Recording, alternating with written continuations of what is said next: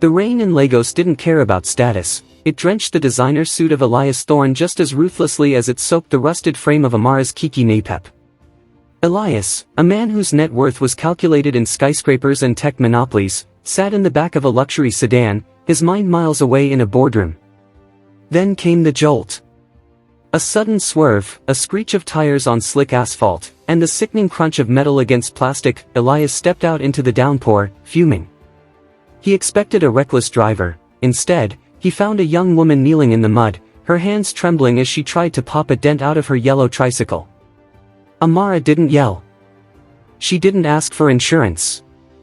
She just looked at the cracked windshield of her only source of livelihood and wept, not with loud sobs, but with the quiet, devastating grief of someone who had just watched their last hope splinter. In that moment, the billionaire of ice felt a crack in his own foundation. He reached into his pocket to hand her a wad of cash, a gesture that usually solved every problem in his world. Amara looked at the money, then at him, and pushed his hand away. "I don't want your charity," she whispered, her voice thick with Nigerian grit.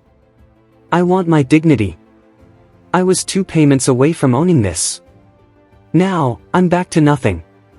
Elias was haunted by that rejection. For the first time in a decade, he couldn't buy his way out of a feeling.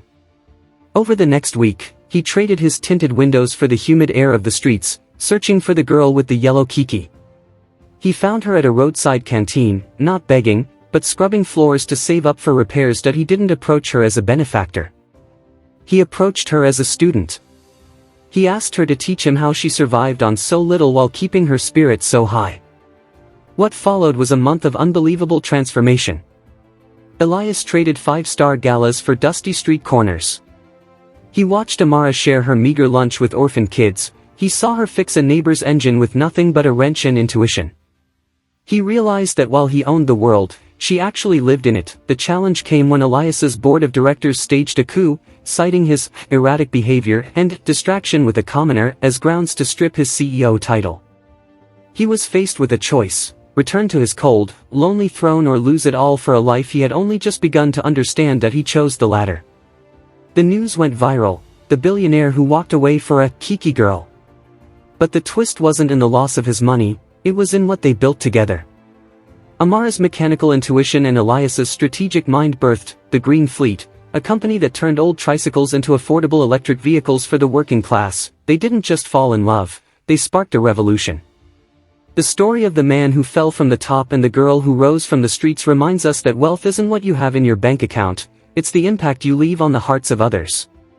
Their love wasn't a fairy tale of rescue, it was a partnership of equals who realized that sometimes, you have to get brushed by a Keke to finally find the right direction.